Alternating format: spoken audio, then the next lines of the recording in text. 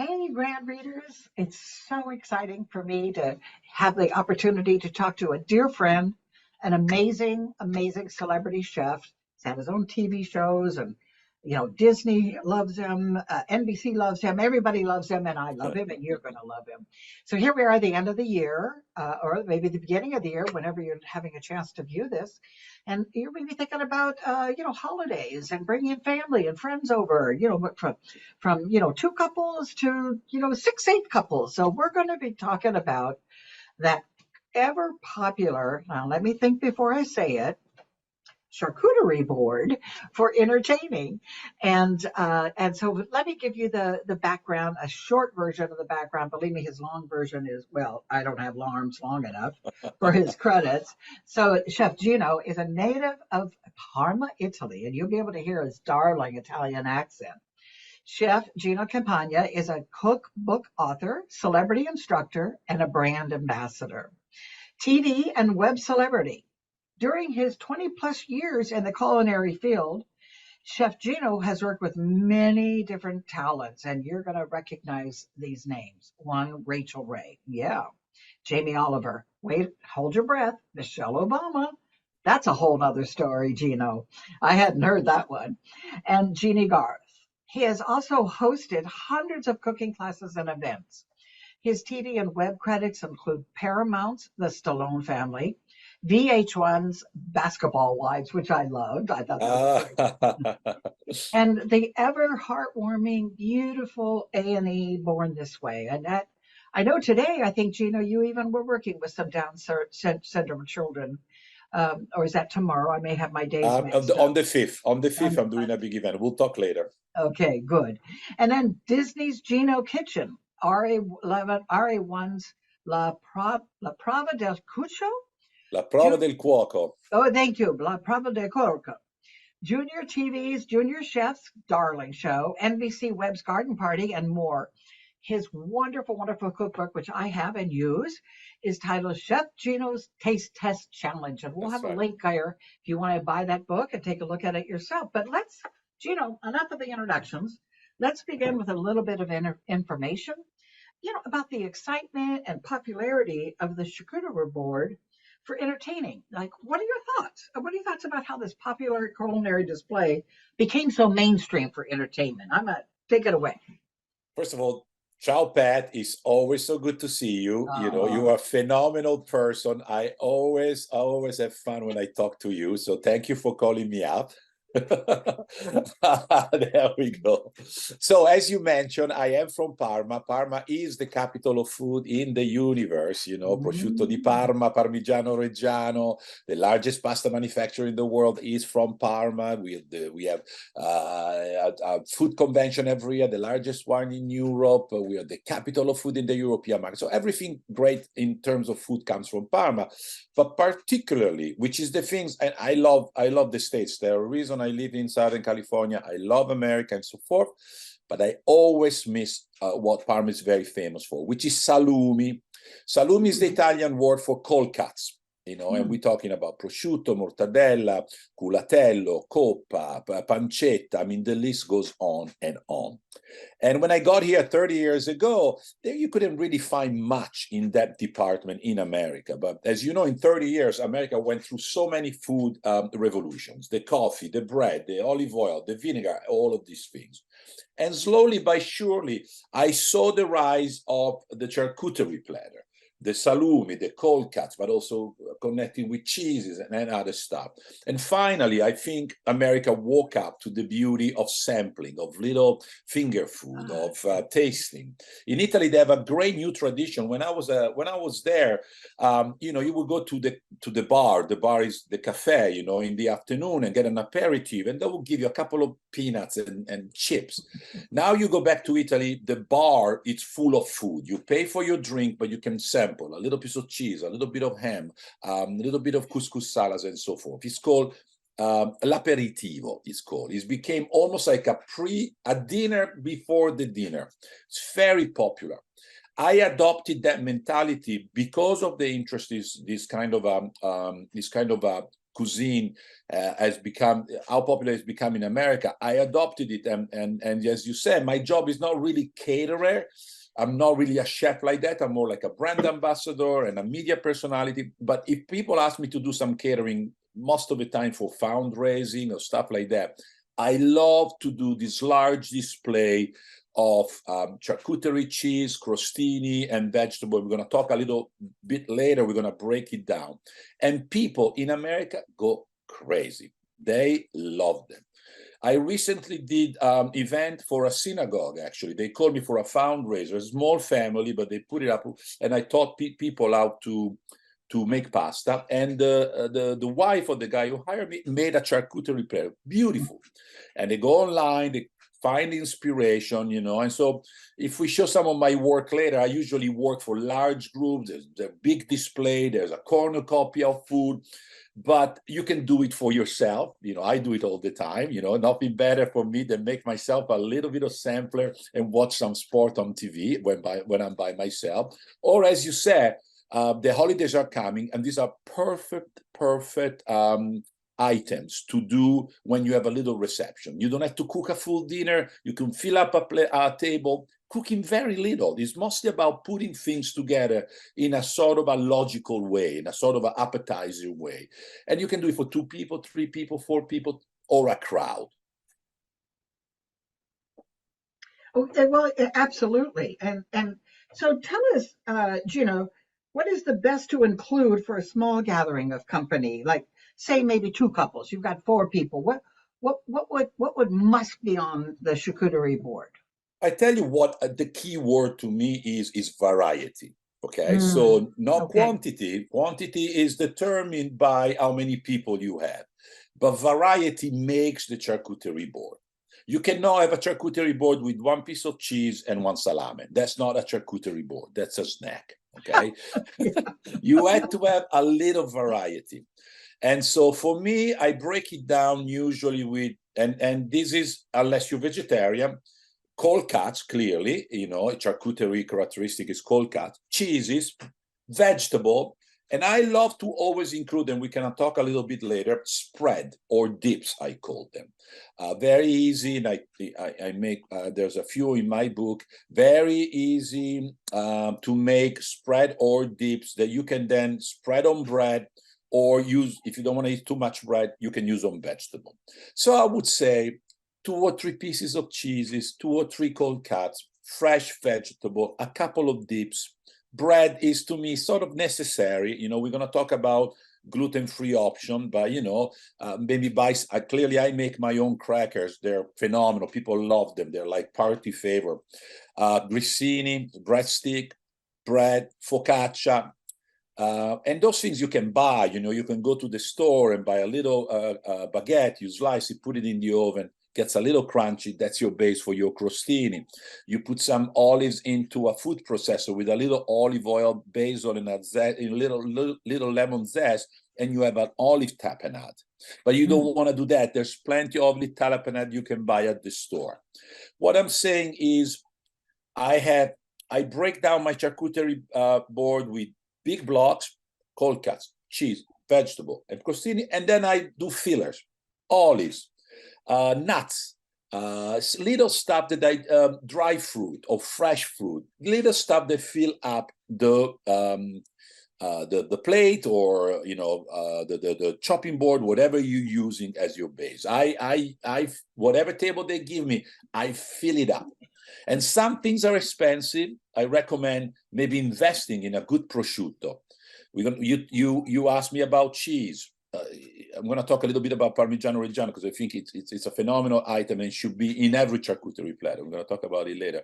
So invest a little bit in 2 or 3 key elements, but then the rest you can sort of cheat your way around to filling up and make it look like big. For example, I use grapes next to Parmigiano Reggiano. Parmigiano Reggiano best pair with fruit, and it could be berries, or it could be grapes. So a big thing of grapes next to a little piece of Parmigiano fill up the cheese part of my charcuterie platter, for example.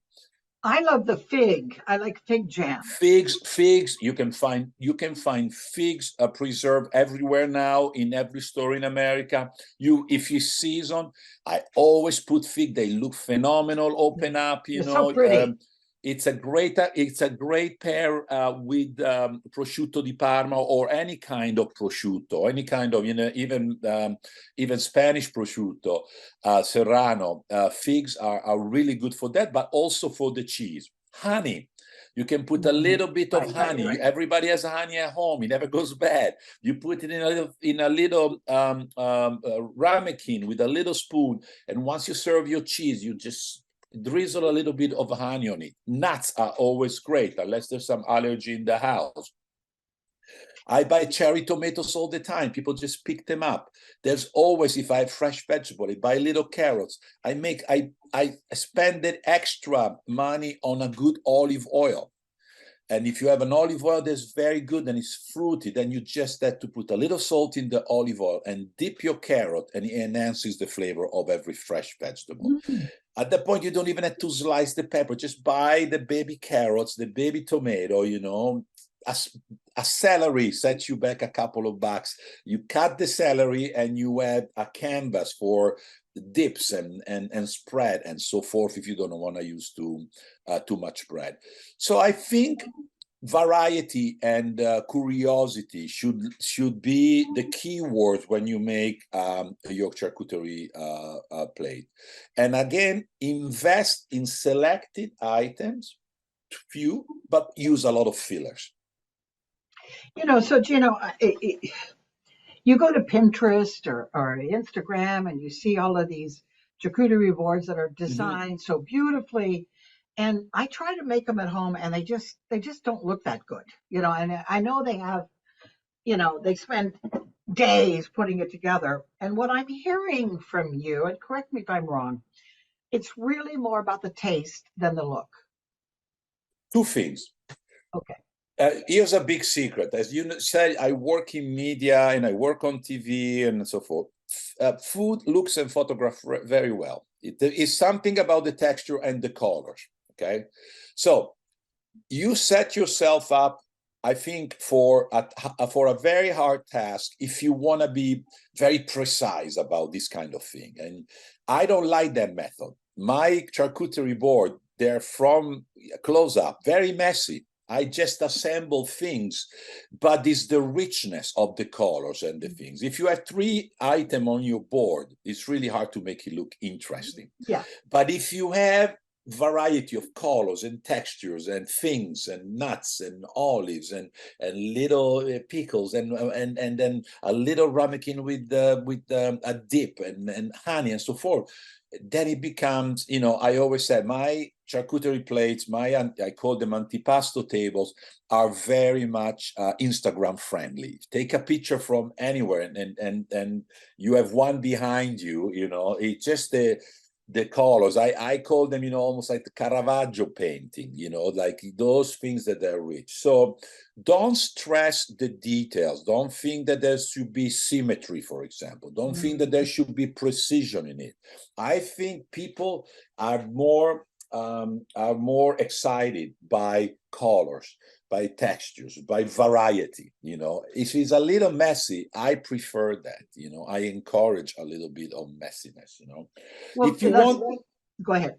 If you want, I can break down what is always on my charcuterie platter, so that people, as I say, if we share some sample of pictures, I don't want people to be intimidated. That is my job. I am a professional, so I do large salary. But I just want to give an inspiration of people at home with the understanding that you can do this thing in a much smaller scale. Okay. So for me, in a charcuterie platter, there's always had to be some bread. Something to go with the cheese, with the cold cuts, with the everything. I'm Italian, guilty as charged. A meal is not a meal without any bread. Now I make, and if you want to show it, there's the first part. If you want, I share it. I'll look for it. Just keep talking. The bread, right? And in that picture, let me see if we go. It's coming. Here. It's coming. Yeah. I'm sorry. It's coming for me. Yeah.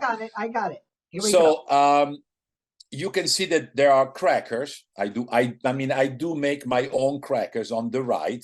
You know, that's the symbol of my catering service. And those are crackers I make. They're super simple to make, but that's another episode, okay? We're going to talk about it another time. You can definitely find crackers like that in store now. Mm-hmm. But if you don't find the creative artisan-looking crackers, crackers of any definition are fine.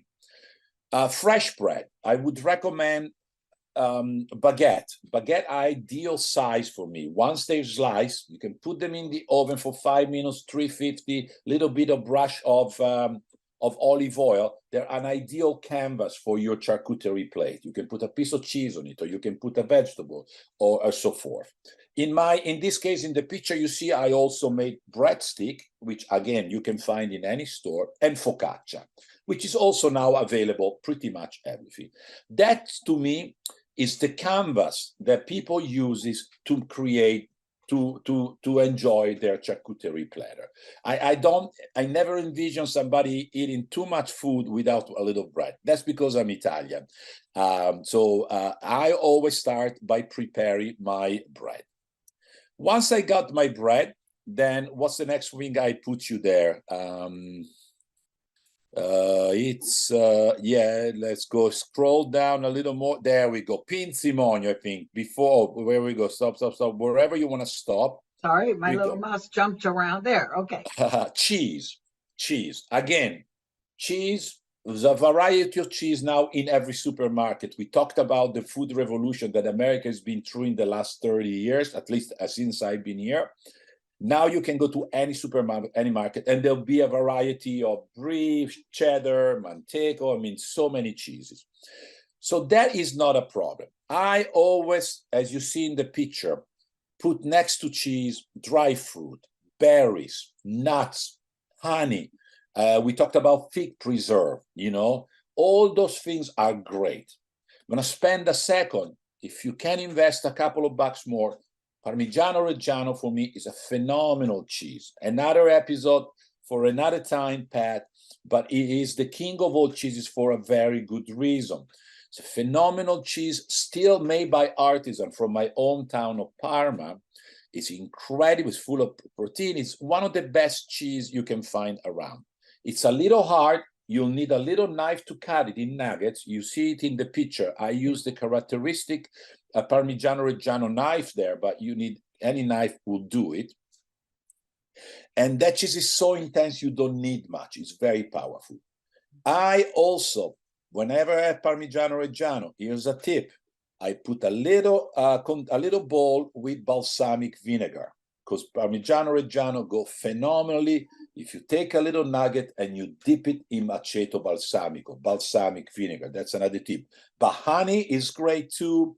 So is fig preserve we talk about. It goes great with berries, great with grapes, great with dry fruit. In this case, I use some dry apricot. That's right. Mm-hmm. So this is just Parmigiano. You can do that with every cheeses. I just sometimes invest. There's large, big chain store that sell the chunk of Parmigiano that is a centerpiece on its own.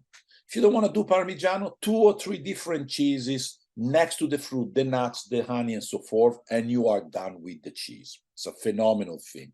I think on this photograph, you see on the side also little olives. For me, olives are fillers. I just put them around, right? So if you decided, you pick up an olive and you're done for the moment. You have time to think.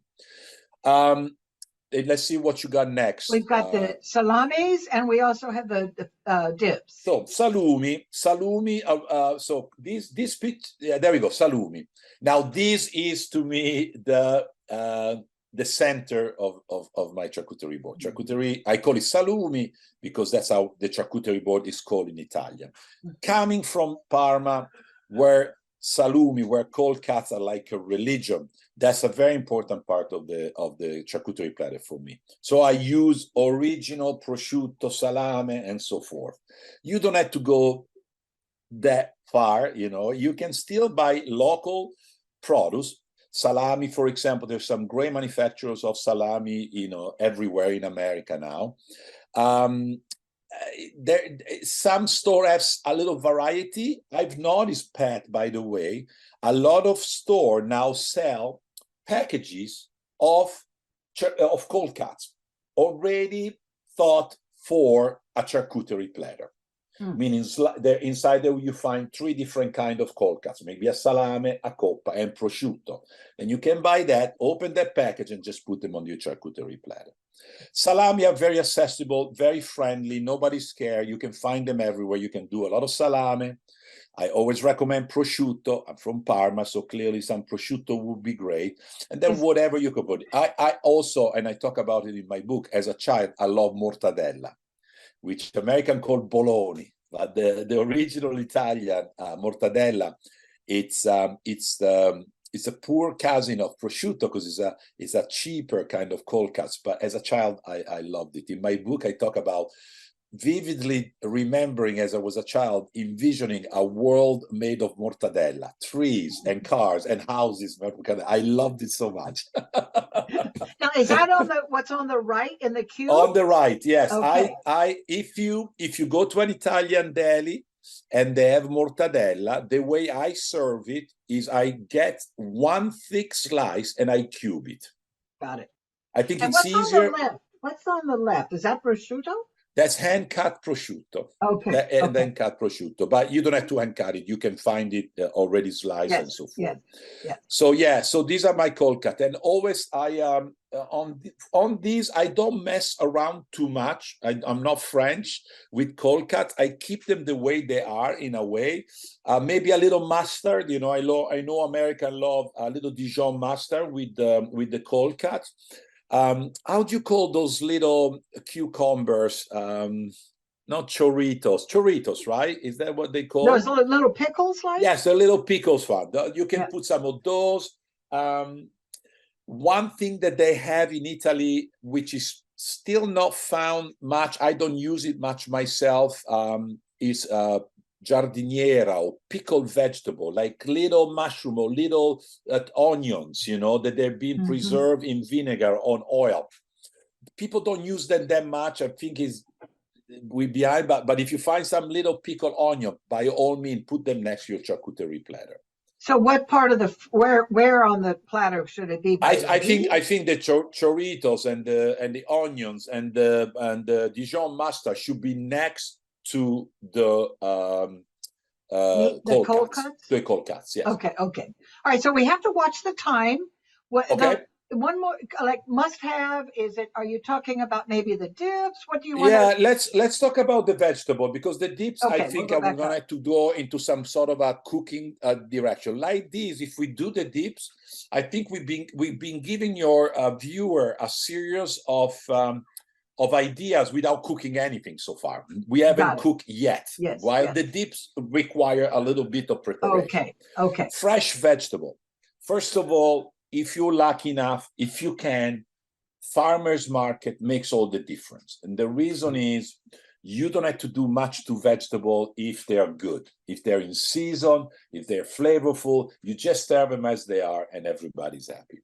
In this case, as you can see, I took some spring onions. I love to keep the spring onions because of the leaves, the green, people pick them up, dip them a little. They just look great to me in a charcuterie platter. Cherry tomato, you can find them everywhere. People can pick them. Cucumbers, peppers, celery. As you can see, it's a very recognizable. I put some radishes, mostly for the colors. I tell you one thing, Pat. I love radishes on my charcuterie platter. They look phenomenal. Nobody ever eats them. I was thinking that. I don't know. But they're cheap. They're cheap, and so they make. As I said, I see it as a canvas almost. In the middle, you see here, I invest a little bit of money in a great olive oil, and that's just enough for me. My grandmother, we call this pinzimonio in Italy, and my grandmother Ada, she's long gone, but she loved her pinzimonio. She would take the radishes, smash them with her fist, like boom, and then dip them in olive oil. They'll be soaking in olive oil, and then eat them straight with the leaf, right? And so I think people dip, into the thing. I put a spoon. If you have a little plate, you can also put it like that. The dip could be a pesto. You can buy a pesto, for example. Sure. It could be if you don't want to be too messy, it could be hummus. It could be a variety of things. I think if you have fresh vegetable for the farmer's market and a good olive oil, that's all you need. So is there something in the middle of the olive oil? I only put, because my grandmother would do it, kosher salt, and sometimes, and it looks phenomenal, when you do a drizzle of balsamic vinegar. Okay. So the balsamic vinegar floats around like dark black droplets of black gold, and then you have the olive oil, and that's all it takes. Yeah, I know beautiful. sometimes I'm going to spend one more sentence and then I'll let you talk, because I know we're running out of time, but Italian food is all about simplicity. It's about the ingredients. It's about enhancing the ingredients. If you have a good olive oil and a great piece of veggie, there's nothing else you need to do. Yeah. Well, and I love having the salt on the table, on the board too, where you can just dip it right in. That's a nice touch that I hadn't thought about. No, this has just been phenomenal, and I love everything that you've added and shared. And I know that there's, of course, so much more that we could go on and on and on about. So let me just do a little shameless plug for you. You've got a website, right? chefgino.club. That's right. And if you go there, you'll see so many wonderful, wonderful pictures and stories of what Chef Gino does. And I know that you do have a special place in your heart for Down syndrome children, and yes, and you just really are just a wonderful human being, and somebody that I just love talking to, and could go on for hours. So I know that we're going to do another conversation for the spring. Yes. About vegetarian food. So we're going to go from heavy, like cheese and meat, and we're going to go to something for the springtime that talks about having a vegetarian option for entertaining. That having a small dinner party is something to serve with a gorgeous tablescape, which I love to do. And Jeff, I'm going to just turn it over to you. If there's anything else you would like to also give to our readers or announce to our readers, this would be a great opportunity. Well, I tell you what, people don't believe me when I say, as you said, I'm a food instructor. I do a lot of classes and I teach people and I meet a lot of people through my work. I'm a very available person, and I tell people, if you go to Italy, call me or write me, and I'll tell you where to go. And I have a lot of friends in there, and I set up so many people. And I'm gonna say the same for the charcuterie platter. I love your demographic now, because I don't know if I told you, but next year I'm going to be a grandfather for the first time myself. Okay. So since the holidays are coming, and you mentioned my website, there's a contact page in my website. Please, if you have any question, I want any ideas, I'm going to do my best to answer all of your readers and direct them to product and ideas and so forth. So I'm very much available to help out.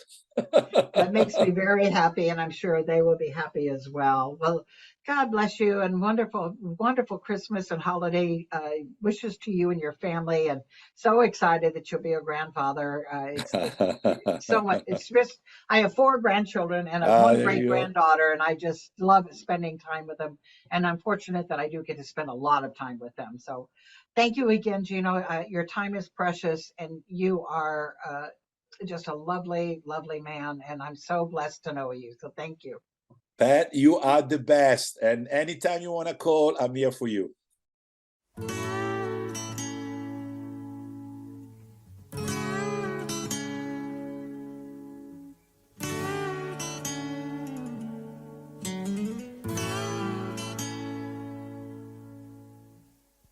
In un mondo che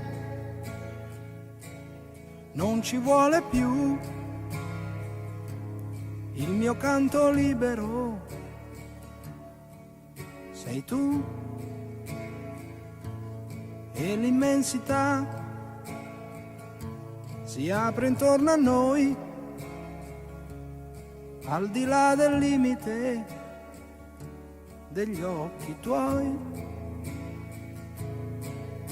Nasce il sentimento, nasce in mezzo al pianto che si innalza altissimo e va e vola sulle accuse della gente, a tutti i suoi retaggi indifferente, sorretto da un anelito d'amore, di vero amore, in un mondo che prigioniero è.